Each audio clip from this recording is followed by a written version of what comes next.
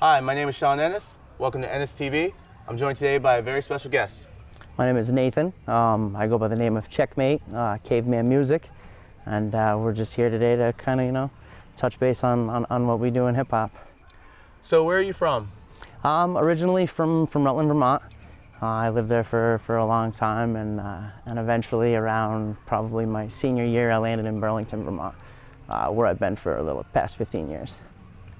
And what was your earlier experiences in music that were sort of memorable? As an artist or More just music like in growing general? up. Yeah, like an Growing earlier up? memory. I don't know, probably some of the first concerts that I went to.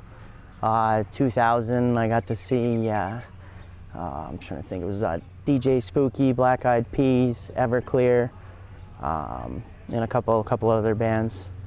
It was pretty interesting. I think maybe like a year later, I got to see Sam Black Church. It's a heavy metal band. I think energy-wise, that was definitely a better concert. People really got into it, and it's just a totally different atmosphere. So you definitely have a wide range of influences musically. Is that something that really comes across in your music? Yeah. I mean, if you listen to the lyrics, a lot of times you might find a lot of the same subjects in a lot of reggae artists. Damien and Nas, for example, talk about a lot of the same kind of subjects. And what sort of subjects are those? Just about like the corruptiveness of the system, the way that things are run, things that people would be disgruntled about, a lot of poverty, just the things that should be focused on instead. You got the 1% and then you got everybody else. So for the most part, it's what I focus on. Talking, just motivating people to stand up and be free is really what it comes down to.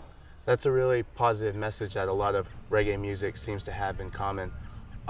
What really made you want to focus on that as a message? I mean, why not go, there's a lot of artists that would go for a commercial hit and not, take the risk that comes with putting out music like that? Well, I guess for me, it's more just capturing your personality in your music. I'm not really a person that lives like a mainstream lifestyle. So for me, I'd have to really be fake in order to capture that. Whereas when it comes to like being restricted, not feeling free, dealing with the harder parts of life, and having that be more of the focus, being responsible and not having the freedom to just kind of go out and enjoy partying and doing stuff like that. So for me, it's more of a positive focus on what your life's about. Represent like who you are and what you do. And for me, I've always stood up for being free, and been a little more opposed to like oppressing forces, government and whatnot.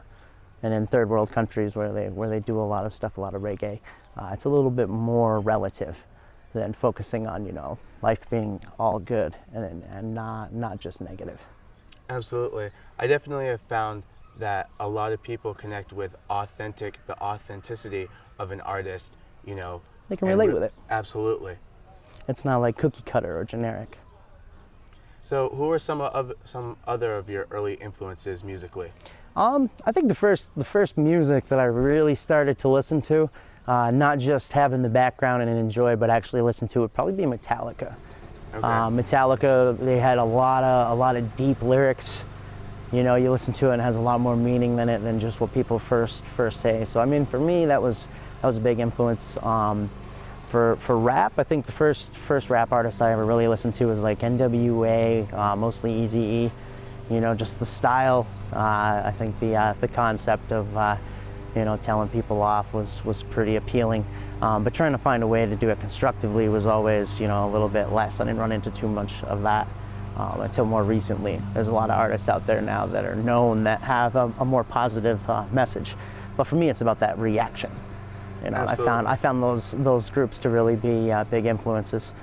Tupac, a lot of Tupac is really good. The messages were really clear, and he was also an artist who was known, who took time to step outside of the box and kind of question things and the way that they were and kind of go against the grain.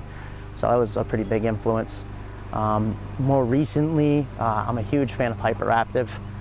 He's an artist out of the UK. They compare him a lot to Eminem. but he's on a whole different level in my opinion.